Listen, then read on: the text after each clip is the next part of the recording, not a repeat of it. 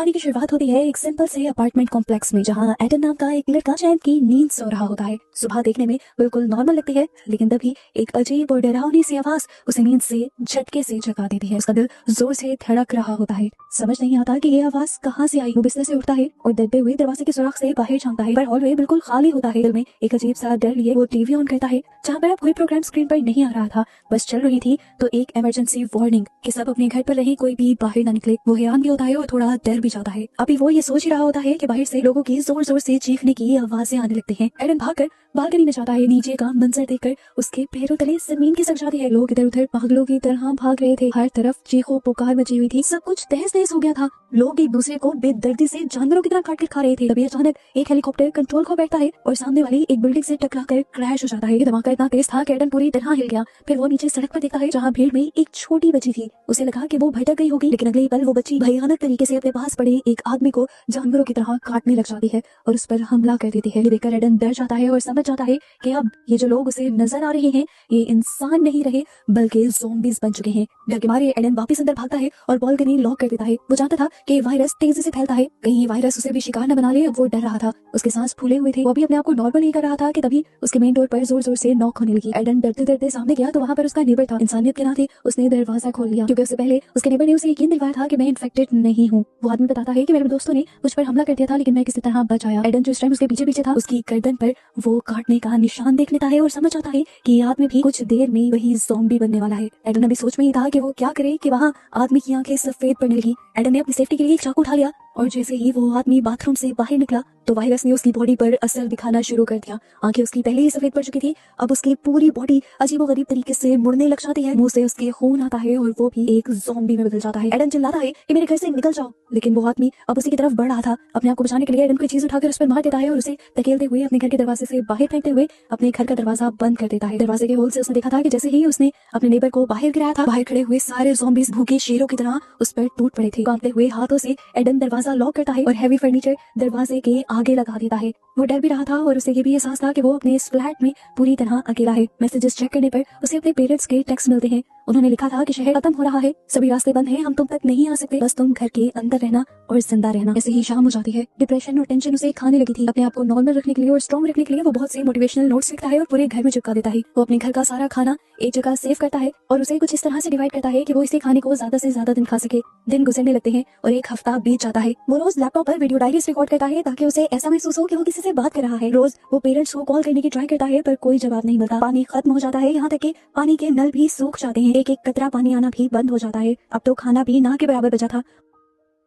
उसे लगता है कि वो इस शहर का आखिरी इंसान है। एक दिन जब वो कंप्यूटर यूज कर रहा होता है, तभी उसे छत से कोई आवाज आती है। वो अपने आप को तैयार कर रहा था किसी भी खतरे के लिए। एकदम से ऊपर से वेंटिलेशन टूटती है और वेंटिलेशन डक्ट के अंदर से एक ज़ॉम्बी बनी औरत अचानक से एडन के ऊपर हमला कर देती है। वो घबरा कर पीछे हटता है, पर ज़ॉम्बी फिर भी उसके ऊपर हमला करने के लिए आती है। एडन उसके आगे से निकलकर पीछे होकर उसे जख्म देते हुए उसके सर पर कोई चीज मारकर आखिर उसे मार देता है और इस मर्तबा भी बच जाता है। उसने पहली मर्तबा किसी इंसान को मारा था और वो बहुत ही ज्यादा पैनिक कर गया था। वो उस लाश को साइड पे करता है और दोबारा वेंट के सर्फ बोर्ड को ब्लॉक कर देता है और उसके ऊपर टेप शेप लगा देता है कि अब के बाद कोई यहाँ पर ना आए। मुश्किलें दिन ब दिन बढ़ती जा रही थी और वो और भी ज्यादा डिप्रेस होता जा रहा था। एक दिन अचानक उसका फोन बजता है और इस टाइम उसकी मॉम का एक वॉइस मेल आया था। उसके दिल में भी एक उम्मीद झांकी। फाइनली उसकी मॉम ने उसे मैसेज कर दिया था। वो मैसेज सुनता है। उसकी मॉम उसे बताती है कि ये ज़ॉम्बी बने लोग उनके शहर के पास आ गए हैं और अब पता नहीं वो कभी जिंदगी में मिल भी पाएंगे या नहीं। उनकी ये बातें सुनकर वो उदास हो रहा था कि अगले पल मैसेज में अजीब सा शोर सुनाई दिया। ये शोर ऐसा था कि इंसानों का नहीं लग रहा था। साफ जाहिर था कि ज़ॉम्बीज़ उसके मॉम डैड पर हमला कर चुके हैं। इसके बाद आखिर में वो अपने मॉम डैड की मरती हुई चीखें सुन पाता है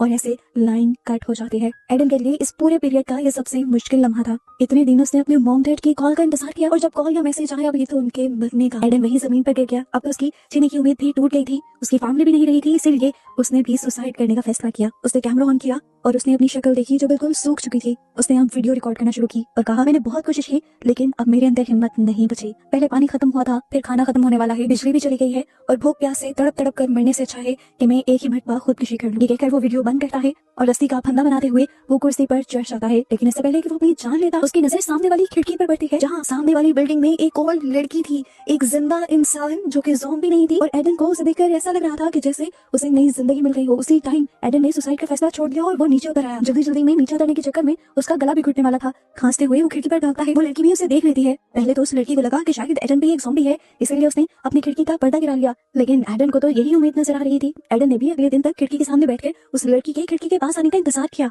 और जैसे ही वो लड़की खिड़की के पास आई तो एडन ने पेपर पर हाई लिखकर दिखाया। उस लड़की को भी समझ आ गई कि एडन ज़ॉम्बी नहीं है। उस लड़की की भी अब वही फीलिंग थी जो एडन की थी। वो लड़की भी पूरी एक्साइटमेंट से हाई करती है, और यहाँ ये दोनों ही 42 दिनों के बाद एक दूसरे को देखकर मुस्कुराते हैं। एक दो दिन तो ये पेपर पर लिख लिख कर बातें करते हैं। लड़की का नाम ईवा पता चलता है। ईवा एडन से पूछती है कि क्या तुम्हारे पास कुछ खाना है। एडन बताता है खाना तो नहीं है पर पानी है। ऐसे ही कुछ दिन और गुजर जाते हैं और एक दिन तेज बारिश होती है। एडन की खुशी का ठिकाना नहीं था क्योंकि पानी का एक सोर्स मिल गया था। घर के सारे बर्तन बालकनी में रखकर वो पानी जमा कर लेता है और हफ्तों बाद नहाता भी है। उसे पता था कि ईवा के पास भी पानी खत्म हो गया है, इसलिए वो ईवा तक पानी पहुंचाना चाहता था, लेकिन घर से बाहर वो निकल नहीं सकता था। बहुत सोचने के बाद उसने एक आइडिया लगाया और घर के सारे कपड़े बांधकर एक रस्सी बनाई। उस रस्सी की बॉल बनाते हुए उसने ईवा तक फेंक दी। ईवा ने जैसे ही वो बॉल पकड़ी तो उस रस्सी के जरिए एडन ने ईवा के पास पानी की बोतल पहुंचाई, लेकिन जैसे ही वो पानी की बोतल बालकनी की रेलिंग से टकराई तो वहाँ पर बहुत ज्यादा शोर हो गया और शोर से अट्रैक्ट हो गए ज़ॉम्बीज। रस्सी और रस्सी के पीछे एक जिंदा इंसान को देखकर ये ज़ॉम्बी ईवा वाली बिल्डिंग के ऊपर चढ़ना शुरू हो जाते हैं और एडन भी ये सब देख लेता है। ईवा को बचाने के लिए एडन एक बोतल ज़ॉम्बी के ऊपर फेंकता है ताकि वो उसका ध्यान भटका सके, और इस काम में वो कामयाब भी हो जाता है।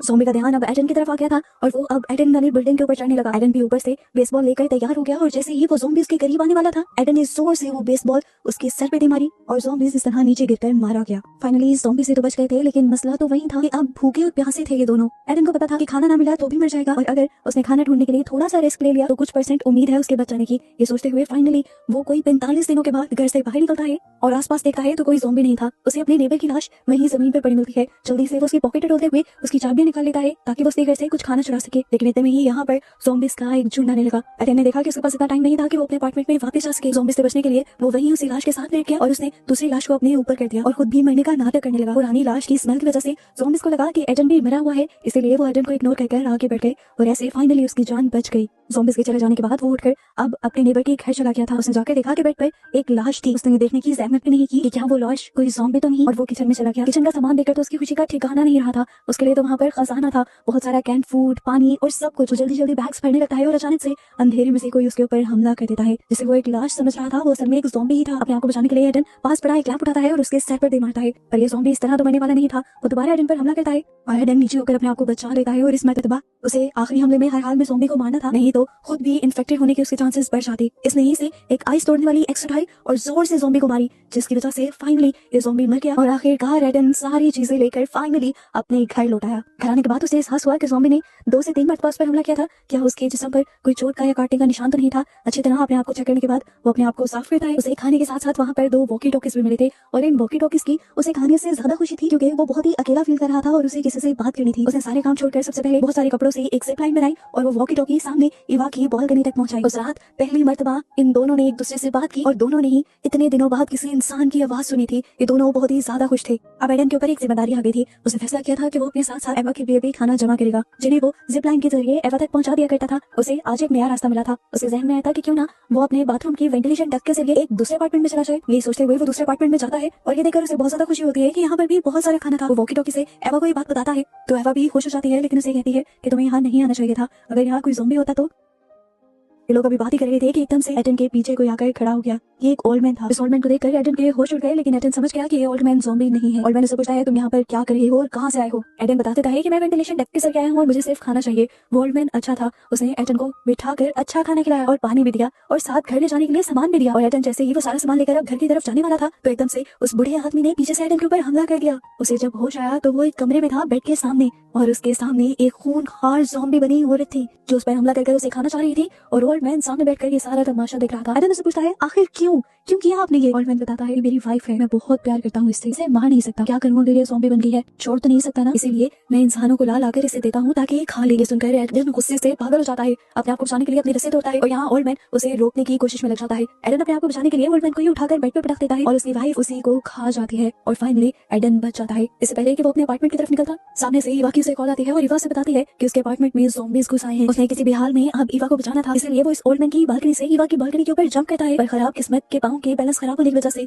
वो नीचे गिर जाता है। एवा इस टाइम फौरन से वही कपड़ा एडन की तरफ फेंकती है, जिससे ये लोग चीजें एक्सचेंज किया करते थे। उसी कपड़े पर लटकते हुए बिना टाइम वेस्ट किए एडन अब उसकी तरफ आ ही रहा था कि उसके पीछे एक ज़ॉम्बी पड़ गया। ज़ॉम्बी उसके पांव पर लटका हुआ था। इस रस्सी के जरिए वो भी ऊपर आ सकता था, इसलिए एडन ईवा के अपार्टमेंट में जाने के बजाय उससे नीचे वाले ही अपार्टमेंट में उतर गया और उसने उस रस्सी को भी खोल दिया ताकि ज़ॉम्बी ऊपर ना आ सके। और अब उसने ईवा से कहा कि तुम्हें ही नीचे आना होगा। ईवा को डर भी लगा, लेकिन एडन के हौसला देने की वजह से उसने नीचे वाले अपार्टमेंट में एडन के ऊपर जंप कर दी। फाइनली इतने टाइम बाद ये दोनों मिल रहे थे। ये दोनों बहुत ज्यादा खुश थे। एडन ईवा से कहता है कि यहाँ पर बहुत शोर हो चुका है, जल्द ही ज़ॉम्बीज़ आ जाएंगे और हमें बचने के लिए फौरन यहाँ से निकलना होगा। ये लोग बाहर बालकनी में भागते हैं तो इनका सामना बहुत सारे ज़ॉम्बी से हो जाता है। अपने आप को बचाते हुए भाग भाग कर ये लोग एडन की बिल्डिंग में एडन के अपार्टमेंट तक पहुंचने में कामयाब तो हो जाते हैं, लेकिन एक बहुत बड़ी मुसीबत आ जाती है। ईवा तो एडन के घर के अंदर चली जाती है, लेकिन एडन पर बहुत सारे ज़ॉम्बीज़ हमला कर देते हैं। एडन के पास इस टाइम एक बेसबॉल बैट था, जिससे उसने इन सारे ज़ॉम्बीज़ से मुकाबला किया, उन्हें मारा और फिर जैसे ही अपार्टमेंट के अंदर आया तो फूट फूट कर रोने लगा। इस टाइम वो खून से लथपथ था। उसने ईवा से कहा, मुझे मार दो, मैं अब जल्दी ज़ॉम्बी बन जाऊंगा, मुझे मार दो। वो बालकनी में आया और उसने अपनी शर्ट उतार दी। वो अपने आप को खत्म नहीं करने वाला था, बालकनी से जंप ही करने वाला था कि तभी ईवा ने उसे रोक दिया और कहा, एडन तुम बिल्कुल ठीक हो, तुम पर कहीं काटने का निशान नहीं है, तुम पर बस ज़ॉम्बीज़ का खून लगा है। ये दोनों जिंदा थे, सही थे। जान गए कि दोनों बहुत ही ज्यादा खुश हो जाते हैं। एक दूसरे को जिंदा सलामत और एक साथ देखकर ये दोनों बहुत ही ज्यादा खुश हो गए थे